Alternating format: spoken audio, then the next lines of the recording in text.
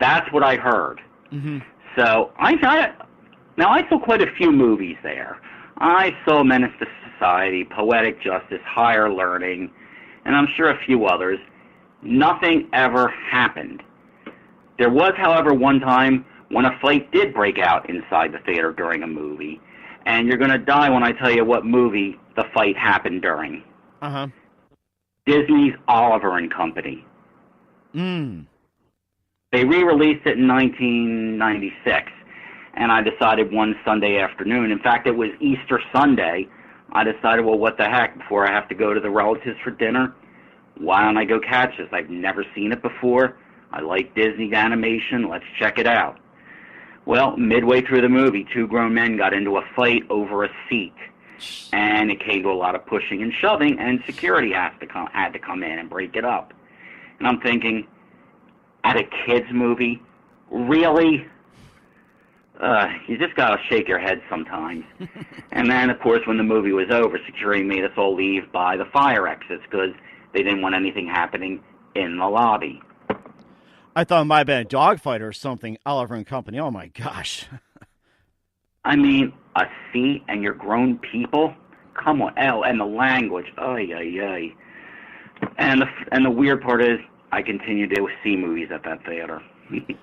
That is something, too. And, of course, I'm sure you also found some interesting, too, maybe like spilled popcorn or maybe a projector going out or somebody just standing away or something. Or what's probably the most unusual event that you've ever been in at a movie theater?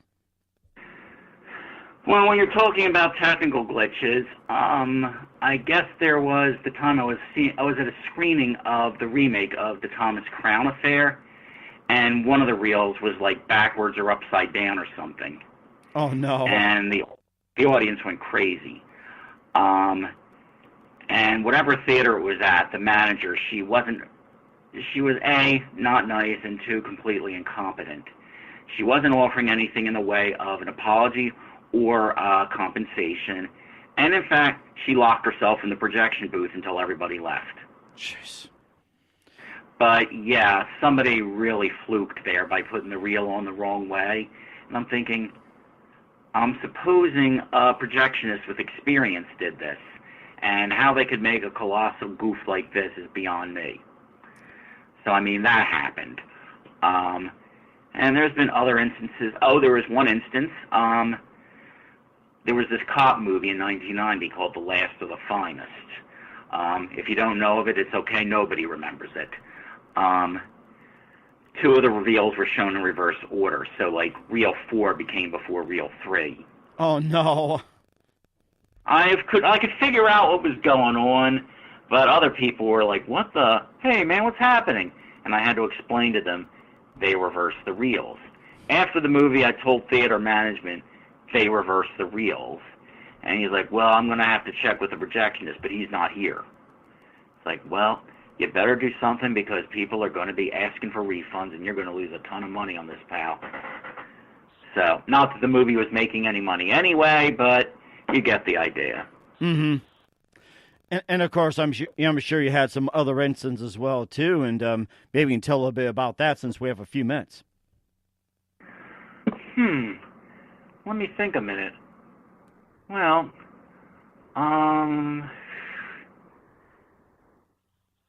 there was this one time when they showed the wrong movie. I went to see this movie called Spaced Invaders. It was like spring of 1990, and it was a matinee showing where presumably there would be kids. Now, it was only a matinee showing because in the evening they were showing this horror movie called The First Power. Somebody at that theater goofed. They started showing The First Power. Oh, no. And I'm thinking, if you have kids in the audience, there were actually kids in the audience, parents would be up in arms. But no, something like that actually did happen circa 2006. I don't recall what the kids' movie was. It might have been Hoodwinked. But parents took their kids to see that and expecting Hoodwinked. What they got was the first few minutes of The Hills Have Eyes Part 2. Oh, no. And if you've ever seen that, it opens with this really grotesque birth scene. So there were quite a few traumatized kids. Oh, my goodness. I wasn't at that. I heard about it later, and I'm just thinking, well, I'll be surprised if that theater doesn't get sued. And surprisingly, it sounded like it didn't get sued, and just be thankful it didn't show anything X-ray like Fritz the Cat in terms of cartoons. I'm sorry, like what? Fritz the Cat. You have that on one of your most viewed as well, too, in terms of reviews, and I think you talked about that the last time. So just be thankful they didn't show Fritz the Cat. Well, since it wasn't playing at the movies, I mean, that wouldn't have been a possibility, but yeah, kids seeing some of that, yeah. Actually, I did go out with this girl a long time ago, and Fritz the Cat came out when she and her siblings were kids, and her mother tried to take them to see Fritz the Cat, thinking it was a kiddie cartoon, and the people at the theater had to explain, this is not a cartoon for kids, it's X-rated. So, yeah, people, know the movie before you take your kids. That's also a good lesson, too. And, of course, we got a few minutes here before we let you go. And what is the current top movie and recommended of the week that you recommend?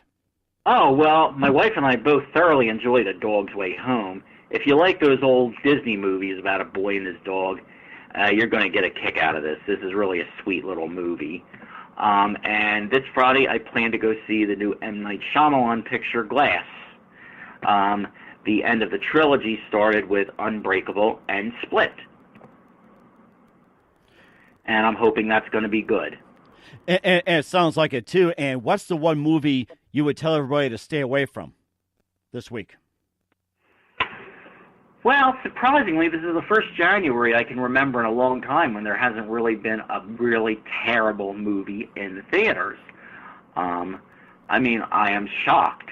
The movies that have come out so far this year, they haven't been terrible. However, if it's still playing in theaters, I highly recommend that everybody stay away from Holmes and Watson, that Will Ferrell comedy. I'm pretty sure it's out of most theaters by now, but that was an absolute dud. I mean, of all the types of bad movies in the world, the most unwatchable kind of bad movie is an unfunny comedy. Well, Holmes and Watson is unfunny times 100. I mean, this is painful. Mm-hmm. It kind of reminds me of the movie Ishtar, where it's like they try to be funny, but it's way too painful. Ishtar, yeah, that was its biggest problem. They spent a whole lot of money on it. They spent money on reshoots. They have two big stars. They have a gifted comedy writer as its director. That's Elaine May. What they forgot to do is make it funny. And, I mean, you could literally hear every joke fall with a thud. I mean, it just didn't work. I wouldn't call it terrible per se. It was just very misconceived, ill-timed. It just, wow. Mm-hmm. You know, that's what all I can. And I did see Ishtar at the movies, and it was opening night, and there was a fairly sizable crowd. My question is, how many people are here to see a good movie, or how many people are here because they want to see how bad it is? So that was my big question. But yeah, Ishtar, it's a dud. But Holmes Watson is worse. And of course, you know, you also give reviews as well, too. And what day do you release the newest releases? On a Thursday, Friday, Saturday? Or what day you normally put out the new releases on Movieguy247.com? Well, as you all know, new releases generally come out on Friday. Since I really don't want to go to pre-release screenings anymore, that would require me going into town a few nights a week, and frankly, I just don't have the energy or the inclination to do that anymore like I did when I was in my 20s or 30s. At this stage of my life, I'd just rather stay home and chill with my wife. Mm-hmm. So I see them when they open on Friday, and if there's more than two, I see some on Saturday. They get printed at some point over the week, and it depends on when I get time to write them, when my wife has time to publish them. Let's just say they generally show up by Sunday. Okay. So just keep checking, folks. I don't do same-day reviews, I'm sorry to say. I'm just one man. I don't have superpowers. Wish I did, but I don't. They get published at some point over the weekend, but What I do on my personal Facebook wall is I offer brief capsule reviews of the movies that I did see, a few comments. And honestly, now that I'm talking about this out loud, I'm thinking maybe I should put those comments on the Facebook movie pages, the Movieguy Facebook page as well. So look for that, folks. Listen, here's the thing. If you want honest reviews about the movies, come to my page. Come like my Facebook page. I'm going to give you honest reviews. I don't kowtow to anybody. I'm going to tell you like it is. If a movie's garbage, I'm going to tell you. If I think a movie is superior, I'm going to tell you. I don't use big, overeducated words. I don't try to make it sound like a graduate thesis.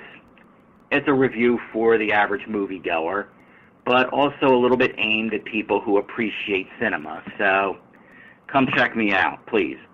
All right, we will do that, and that's Movieguy247.com. Also, our Facebook page, facebook.com/Movieguy. And before we let you go, tell us once again your current top picks and the flops for the week.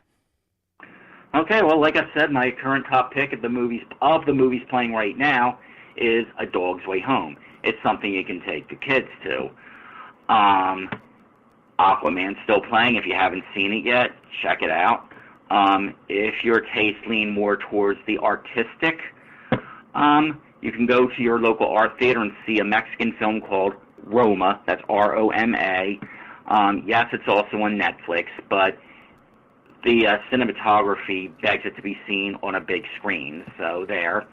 And opening this week is just one movie. That's Glass, M. Night Shyamalan. I don't know if it's good or bad, but it's probably worth checking out. It sounds like it as well, too. And, of course, George, I'd like to thank you again for your time and look forward to having you on soon as well, and just keep up to date with all the movies. All righty. Well, thank you for having me on, Mike. I hope I was a good guest again. You've been listening to The Mike Wagner Show, powered by Sonic Web Studios at themikewagnershow.com. Visit sonicwebstudios.com today for all your web design needs. If you would like to be a sponsor of The Mike Wagner Show, call or text at 701-301-7705 or email to mike@themikewagnershow.com. If you're a listener and would like to support our program, visit themikewagnershow.com and click on the support button and donate today. Thanks for listening, and tune in again next time on The Mike Wagner Show at themikewagnershow.com.